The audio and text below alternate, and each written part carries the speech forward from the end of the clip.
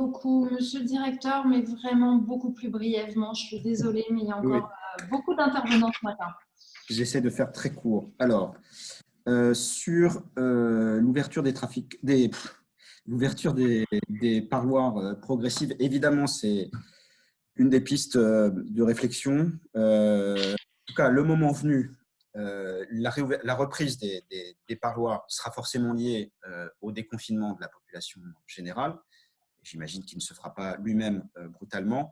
On réfléchit effectivement déjà en anticipation aux conditions sanitaires. Est-ce que ce sera un nombre réduit de visites par semaine? Est-ce que ce sera en excluant certains types de profils fragiles? Est-ce que ce sera en réduisant le nombre de visiteurs par visite, etc.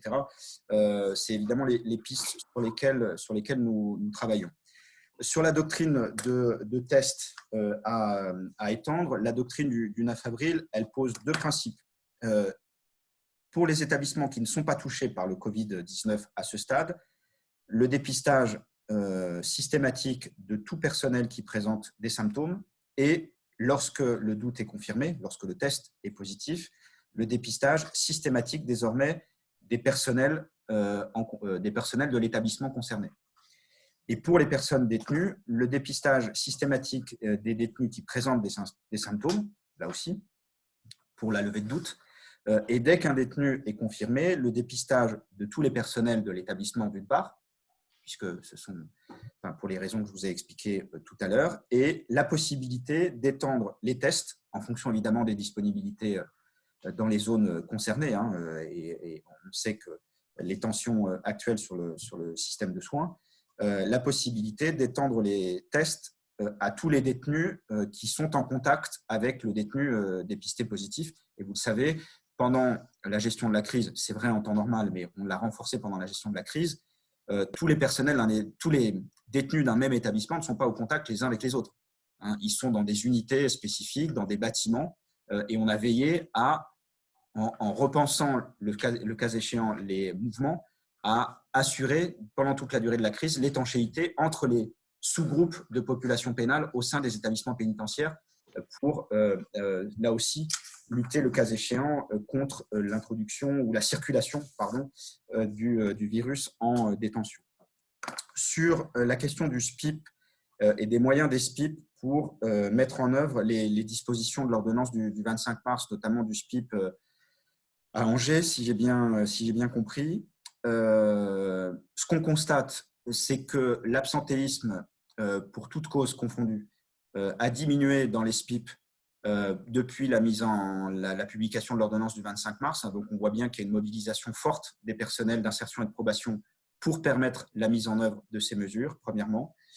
Deuxièmement, on a permis dans les SPIP de recourir massivement au télétravail et l'ordonnance elle-même et la circulaire d'application assouplissent considérablement les moyens par lesquels les SPIP peuvent travailler, notamment par téléphone, par échange de messages électroniques, notamment pour recueillir les preuves d'hébergement ou de logement qui sont nécessaires au prononcé des assignations à résidence en fin de peine. Donc, je n'ai pas la situation précise du SPIP de l'antenne milieu fermé du SPIP d'Angers en tête, mais ce sont des données et des considérations au niveau national qui me paraissent importantes. Pour la question des stocks de masques en détention, question posée par Monsieur Diard. On disposait dans nos établissements de plus de 450 000 masques de niveau FFP2.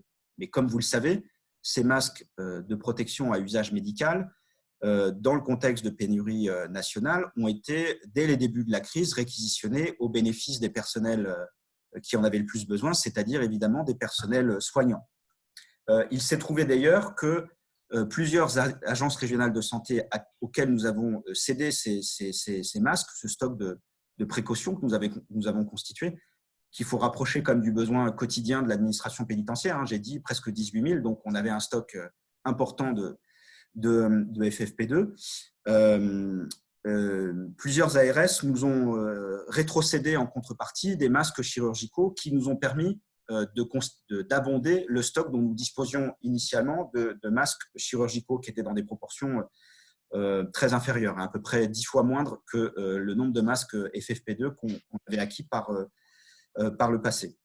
Et c'est pour ça que nous avons fait tout un travail sur à la fois la mobilisation des masques dont disposait le ministère de la Justice, puisqu'il n'y a pas que l'administration pénitentiaire au sein du ministère de la Justice, plus les masques que nous avons acquis en rétrocession auprès des ARS, plus des masques que nous avons acquis par d'autres moyens, et enfin les capacités d'autoproduction que nous avons constituées en l'espace d'à peine 10 jours dans nos établissements pénitentiaires. Et c'est le cumul de ces moyens que nous avons sécurisés qui nous a permis, le 28 mars, de généraliser le port du masque à tous les agents en contact de la population pénale, étant entendu évidemment que dès le début de la crise, les agents en contact dans les unités sanitaires et en détention avec les personnes malades étaient dotés de masques.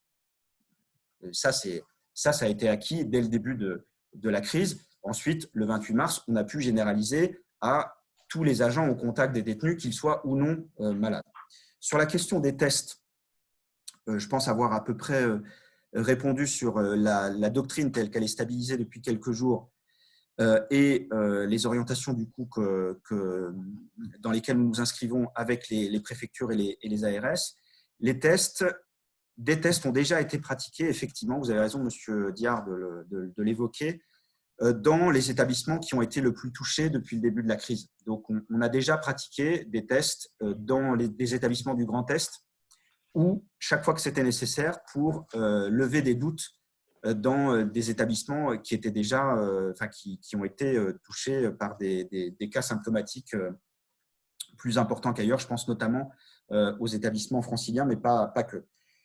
Donc, ce qui était une approche jusqu'à présent au cas par cas, compte tenu aussi de la capacité de test au niveau national. Rappelons-nous des capacités à la fin du mois de mars au niveau national et de la priorité naturelle qui était donnée aux établissements hospitaliers, puis aux établissements, aux EHPAD. Aujourd'hui, on s'oriente vers une politique systématique dans les conditions que j'ai rappelées tout à l'heure. Sur la question des détenus radicalisés. Alors, il y a deux types évidemment de détenus. Il y a d'abord les détenus prévenus ou condamnés pour des faits de terrorisme qui sont exclus du bénéfice des mesures exceptionnelles de l'ordonnance du 25 mars par l'effet même de l'ordonnance, puisqu'ils font partie des cas d'exclusion juridique. Par ailleurs, il y a effectivement des détenus de droit commun prévenus ou condamnés dans nos établissements qui, eux, sont suivis par le service national du renseignement pénitentiaire et qui l'étaient, pour certains d'entre eux, par les services partenaires avant leur entrée en détention. On a fait un travail bien avant, évidemment, qu'ait été stabilisé le dispositif de ce qui est finalement devenu l'ordonnance du 25 mars pour identifier les détenus de droit commun suivis au titre de la radicalisation libérables dans les semaines qui viennent, c'est-à-dire ceux qui entraient dans le vivier naturel des mesures exceptionnelles de l'ordonnance du 25 mars. C'est ce chiffre de 130. Ce chiffre de 130, c'est les détenus de droit commun libérables à moins de 3 mois, libérables par le jeu naturel des fins de peine classiques, et qu'on a identifié comme étant susceptibles d'entrer dans le bénéfice des mesures exceptionnelles de l'ordonnance du 25 mars dernier. J'observe que parmi ces détenus inscrits au FSPRT, donc, tous sont de niveau 3 de suivi, aucun n'est de niveau 1 ou 2. Et on s'est organisé en interne, vous aurez remarqué que les dispositifs exceptionnels prévoient tous un avis avant l'octroi des RPS exceptionnels ou des assignations à résidence en fin de peine, prévoient tous un avis du chef d'établissement. Et l'avis du chef d'établissement, et du SPIP évidemment, mais prévoit tous un avis du chef d'établissement qui, évidemment, est informé par le service national du renseignement pénitentiaire en temps normal, mais on s'est assuré que l'information circulait bien dans cette période spécifique, circulait bien entre le renseignement pénitentiaire et les détentions, et notamment les équipes de direction. Ensuite, il y a deux types de mesures. Celles qui sont prononcées par le siège, c'est l'octroi des RPS exceptionnels, et celles qui sont octroyées par le parquet, c'est l'octroi des assignations à domicile en fin de peine. Les chiffres qui ont été avancés la semaine dernière n'ont pas varié. Depuis le début de la crise et arrêté au 14 avril, on a 11 détenus qui ont bénéficié de ces mesures, dont certains d'ailleurs ont été retirés du FSPRT en GED au moment de leur sortie. Donc on voit bien qu'on est sur des niveaux de suivi faibles au titre de la radicalisation. Sur ces 11, 2 ont fait l'objet d'une assignation à domicile et 9 sont sortis au bénéfice de l'octroi d'une réduction de peine supplémentaire exceptionnelle, étant entendu que tous les détenus concernés, en fait, avaient devant eux une perspective de sortie très prochaine, certains de quelques jours. C'est-à-dire, certains sont sortis 2 ou 4 jours plus tôt. On n'est pas du tout sur des 3 mois ou des périodes longues d'effet de ces mesures. Enfin, alors j'avoue qu'il y a une question que, pour des raisons techniques, je n'ai pas entendue, qui est celle posée entre M. Diard et Mme Untermeyer. Donc je suis bien en peine d'y répondre. J'ai cru que la question tournait autour des critères suivant lesquels on repérait les personnes détenues appelées au bénéfice des mesures d'élargissement exceptionnelles. Alors, on a une pratique, si la question posée était bien celle-là, la pratique est simple, les critères qui sont donnés sont objectifs. Donc, on ne demande pas au greffe pénitentiaire et au SPIP d'ajouter des critères à ceux qu'ont prévu les textes. Donc, sont retraités, sont proposés au bénéfice de ces mesures pour peu qu'ils entrent dans les conditions, c'est-à-dire qu'ils ne soient pas dans les exclusions juridiques.